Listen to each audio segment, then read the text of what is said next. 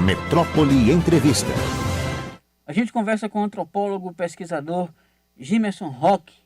Ele está organizando o projeto Cartografia do Pagode Baiano, que vai criar um dossiê sobre esse movimento aí da música local. Gimerson, boa noite, seja bem-vindo. Boa noite, James. Boa noite a todos da mesa, né? E ouvintes do Jornal da Cidade. Pois é.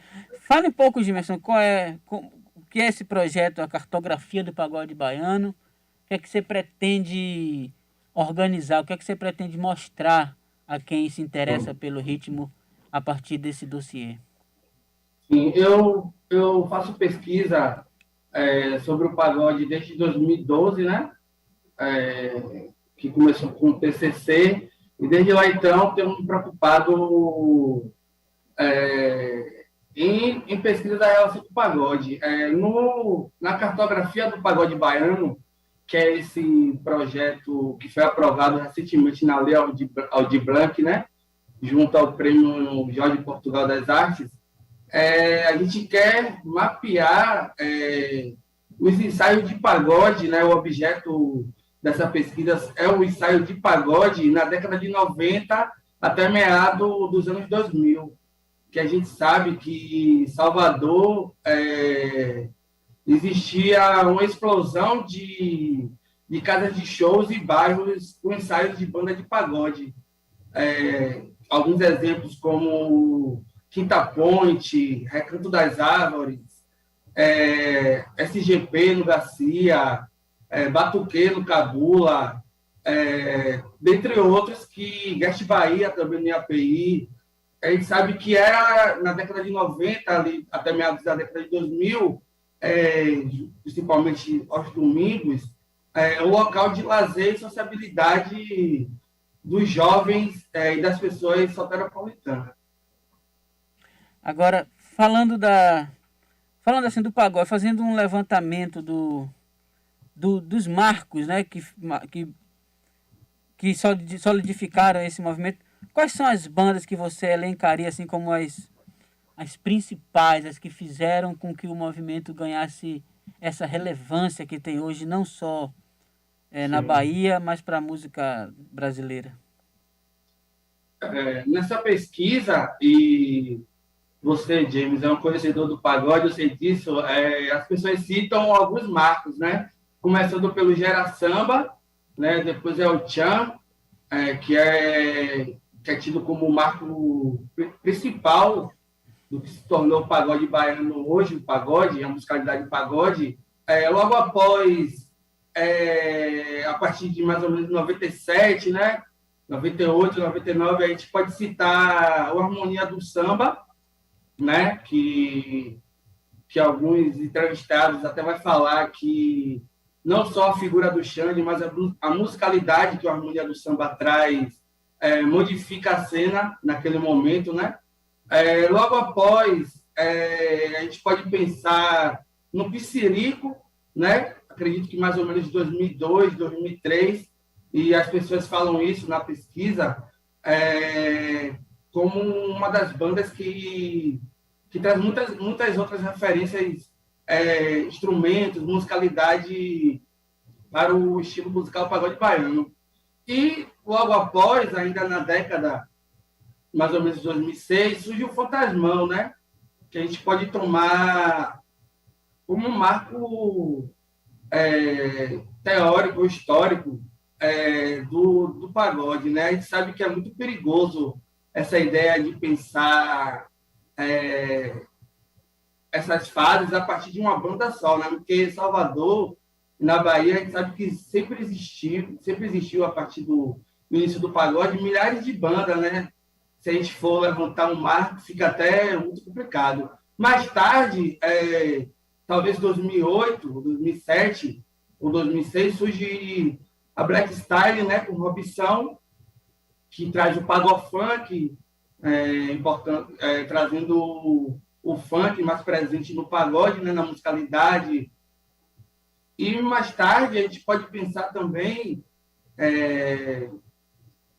mais ou menos 2000 2012, 2013, várias bandas que traz o que se chama de arrochadeira, principalmente, né? A gente pensar bandas que vinham do sul, de Itabuna, como Gasparzinho, próprio mais recente, a Vingadora, né? Então é um marco teórico também dentro do pagode. Atualmente, a gente não pode deixar de citar que é o surgimento, talvez mais potente, né? Não o surgimento, mas uma cena mais potente de mulheres que cantam pagode, né? Assumindo a cena como vocalista, né? Que até então era algo muito pouco. Voltando a falar dos locais, Gimerson, que você mapeou aí na sua cartografia, tem aqui ouvintes citando alguns, Itapajipe, Luciana Sim, sim. Burri tá falando, Lucas Cordeiro tá falando que tem saudades da Codeba. Queria que você lembrasse, assim, esses lugares marcantes, até porque, para mim que sou mais velho, é bom, recordar é viver. Eu acho que a gente é contemporâneo, né, James? Tá tão velho assim. Então, essa pesquisa, e aí ainda é algo muito estranho, né? Uma pesquisa sobre o pagode, é algo que ainda não existe, mas que não tem muita gente fazendo, né? Existe pesquisa mais ou menos desde a década de 2000, né? As pessoas falam muito desses espaços, Cruz Vermelha, Itapajipe, a Codeba, né? Que nossa juventude ensaiava muito, o aniversário da nossa juventude, Rock in Rio, Mamagaia, são muitas casas de shows nessa época, né? E essa pesquisa é algo que eu sempre falo que remete muito à minha memória de quem viveu isso também, né? Eu sou de Salvador, do bairro do Iapeí, nascido e criado, como a gente fala, e frequentei esses espaços, né? Peguei a harmonia do samba no Recanto das Árvores, antiga Quinta Ponte, que ficava ali na Baixa do Quintas, onde nossa juventude, Bicho que Bole, Feras Potentes, tocava muito, né? Aos domingos a gente frequentava e saía para outros bairros, né? De Salvador, para Orla, Estação da Cerveja, para curtir os ensaios da segunda-feira, Lagoa Mar, dentre outros espaços que, se a gente puxar na memória, né? A gente sabe que aparece muito. Então, é uma pesquisa que fala um pouco da minha memória também e, como você acabou de citar, há muito um saudosismo dessa época, né? As pessoas sempre querem falar sobre essa época porque dizem que era a época que o pagode era melhor do que hoje, né? Hoje, na pesquisa, a gente não vai sobrepesar isso, qual era melhor e qual era pior, mas as pessoas falam muito desse saudosismo, dessa explosão de bandas e de ensaios, né? Porque a gente vai falar dos ensaios, mas chegando, lógico, às centenas de bandas que existiam na época, né? É isso aí, estamos conversando com o antropólogo Gimerson Roque. Gimerson, essa cartografia vai ser apresentada em que formato? Quem quiser ter acesso ao seu trabalho, vai acessá-lo de que forma? Pronto. A proposta do produto final, né, já que o projeto foi aprovado na Lei Aldir Blanc, é de fazer um dossiê, o que a gente está chamando de dossiê digital, né? Cartografia nos remete muito a mapear, né? Então, mapear esses ensaios, essas casas de shows, chegando às bandas, né? A gente está entrevistando alguns músicos da época. Por exemplo, eu tive conversando recentemente com o Edilson Birimbau, que é o primeiro baixista do Gera Samba, né? Após a El-Chan, ficou durante 10 anos, 92 a 2002, Gera Samba barra El-Chan, e vamos fazer esse dossiê digital com entrevistas, né? Imagens, né? De arquivos próprios, né? A gente entrevistou o cantor Alder Sampes, da banda Poderdang, né? Que fez muito sucesso. Ele assumiu a banda no lugar de Tony Salles, em 97, 98, e ele nos cedeu um pouco do arquivo dele também. Então, quem estiver assistindo, quem estiver ouvindo a rádio e puder participar da pesquisa, a gente tem uma página no Instagram, né? Cartografia do Pagodão, Cartografia Pagodão. só acessar lá, a gente está colhendo depoimentos, perguntando se as pessoas têm esses acervos, né, da época, de jornais, fotos, e vamos fazer esse dossiê que vai ser lançado em um site que na Lei Aldir Blanc está previsto para 10 de abril. 10 de abril, então, tá aí na internet a cartografia disponível. E quem puder colaborar com o trabalho de Gimerson, como é? Cartografia Sim, Pagodão no Instagram. Deve ter gente aí com suas fotinhas guardadas. Tem muita coisa com guardada de certeza, acervo. com Eu até certeza. tenho umas coisas, vou te passar. Poxa, É, vou te mandar uma mensagem mande, eu tenho no umas Instagram, coisas. pode ser? Claro, claro, tenho umas fotos que eu posso te passar. Outra Massa. coisa, a gente está falando desses espaços e em muito pouco tempo a dinâmica da cidade mudou por causa do advento das facções, né? A gente sabe que hoje em dia não é tão circular, não é tão livre. Existem limitações geográficas impostas aos cidadãos da cidade, especialmente o Uhum. público consumidor dessa música. Isso interferiu nesse vai e vem de um lugar para o outro para curtir um velho e bom pagode? Sim, sim. E aí na entrevista, reforçando as entrevistas, as pessoas falam isso, né? Alguns fãs que frequentavam esses espaços na época, eles falam disso. Era uma época que a gente bebia, voltava andando para casa bêbado e ninguém fazia nada, né? Ressaltando de que a violência, lógico que ela existia, mas que ela ainda não era do alcance que está hoje, né? Então as pessoas reforçam muito isso, né? De que iam para os outros bairros e curtiam, não tinha muita violência dentro do espaço, né? Do pagode. Então era o que eles falam algo mais tranquilo, né? Por conta da violência que quase não existia. Agora, Gimerson, você falou aí dessa estranheza que ainda causa um trabalho acadêmico, uma pesquisa feita em torno de uma expressão que por muito tempo e ainda hoje é vista como uma expressão marginal, né? Uma expressão feita por pessoas que elas próprias não tiveram acesso à academia e esse conhecimento produzido nesse ambiente e que muitas vezes foram e são vistas de esguelha, Uhum. assim, com um olhar preconceituoso mesmo. Sim. No entanto, também há uma mudança nesse sentido, né? Há uma mudança tanto na postura dos artistas, o pagode passando a tratar de temas que inicialmente não tratavam, Sim, sim. e na visão do resto da sociedade a respeito disso, né? É estranho ainda, mas já não é tanto quanto um tempo atrás seria. Queria que você falasse um pouquinho dessa conquista de respeitabilidade, da compreensão de que essa expressão que por muito tempo representava só alienação ou Uhum. sexualização, hoje parece ser considerada uma expressão política importante. Sim, sim. Preciso sempre afirmar que a gente está falando do maior estilo de música, musical, de identificação no estado, né, na Bahia. Né? Não falando só de Salvador. O pagode é o ritmo mais ouvido pelos baianos. Né? A gente sabe que é uma musicalidade periférica, né? Formada na maioria, tanto que frequenta ou que frequentou esses espaços, pessoas negras, moradores de bairros periféricos, os músicos também, né? Uma boa parte.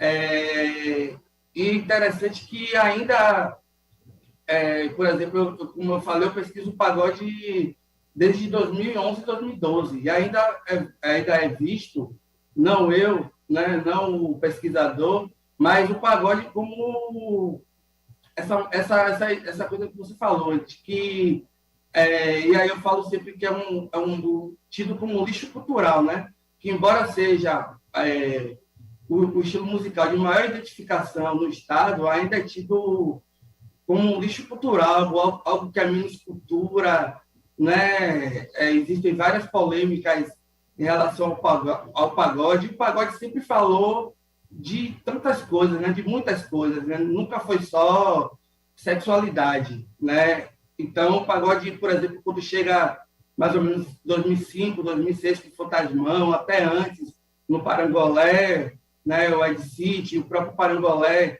Psirico, já traziam letras que passou a se chamar do pagode conceito, né? E, para mim, o pagode sempre foi política, né? Sempre foi política. Falar de sexualidade é falar de política também, né? Aqui na Bahia, a gente anexou ao pagode uma ideia de baixaria, né? Então, baixaria é aquilo que é baixo, né? Que é menos cultura, e que, embora as próprias pessoas do pagode abracem o termo baixaria, eu gosto de falar de sexualidade, né? A gente sabe que estamos falando de um ritmo, de um estilo musical que tem algumas letras controversas, né? Que são atravessadas por sexualidade, em algum momento, e em violência de gênero, violência contra a mulher. Na Bahia, recentemente existe a PL, Lei Antibaixaria, né, que visa limitar o acesso dessas bandas, né, e aí limitou a shows também, né? Eu estava conversando com um baixista de uma banda, ele estava me contando que a lei antibaixaria fechou muitas praças de pagode, né? Porque as prefeituras não querem comprar, mas em contrapartida compram shows de bandas de forró e outros estilos que também poderiam se enquadrar na lei antibaixaria. Então, assumir que o pagode é esse ritmo que é atravessado por sexualidade, quem quiser fala baixaria, mas eu prefiro falar sexualidade, e mesmo assim não se dá para reduzir o estilo musical, os pagodeiros e os fãs de pagode somente a essa sexualidade, a essa baixaria. O pagode sempre foi mais do que isso, né? Com certeza, sempre foi. Continua sendo. Briguei muito contra essa lei antibaixaria, participei de debates com a deputada na época, na UFBA, em algumas praças. Entendo até que podia ter uma boa intenção naquilo, mas... Enfim. James, Oi. só para falar que eu não sou contra a lei antibaixaria, tá? E não não sou a favor de músicas e letras que citem violência ou que tenham no seu conteúdo violência de gênero, violência contra a mulher, LGBTfobias também, Nem eu. tá? Mas eu sempre penso da forma de que a lei antibaixaria foi discutida e de que ela foi promulgada na Bahia, né? Eu também não sou a favor. Eu lembro que a época que eu escrevi, a única coisa pior do que determinadas letras é a letra da lei, porque ela tratou tudo como uma coisa só, passou um pente grosso, assim. A arte precisa ser sempre passada com pente fino, porque assim, então, tem muitas sutilezas. Você, às vezes, a guisa de curar uma doença, falando de arte, tendo as melhores intenções, você acaba destruindo pérolas finas. E isso, quem gosta de arte, quem pensa que a arte tem uma importância para a construção do imaginário de uma comunidade, de uma nação, não pode deixar passar como de somenos por causa de uma suposta ou de uma real boa intenção. Mas, Jimerson, eu quero parabenizá-lo pelo seu trabalho e desejar sucesso aí. E dia 10 de abril estarei acessando a cartografia. Tudo der certo. Eu que agradeço, em nome da equipe do Cartografia do Pagode, eu não estou fazendo sozinho, tem Thaís Machado também, né, e Evandisson Tarrita, que estão me ajudando nessa pesquisa. E agradecer mais uma vez a vocês do Jornal da Cidade pelo convite para convidar alguém para falar sobre uma pesquisa do pagode, né, acerca do pagode, né? Agradeço muito. Nós que agradecemos, importantíssimo. Estamos aí, é isso aí. Viu aí, Abraão? Pois é, rapaz, interessante.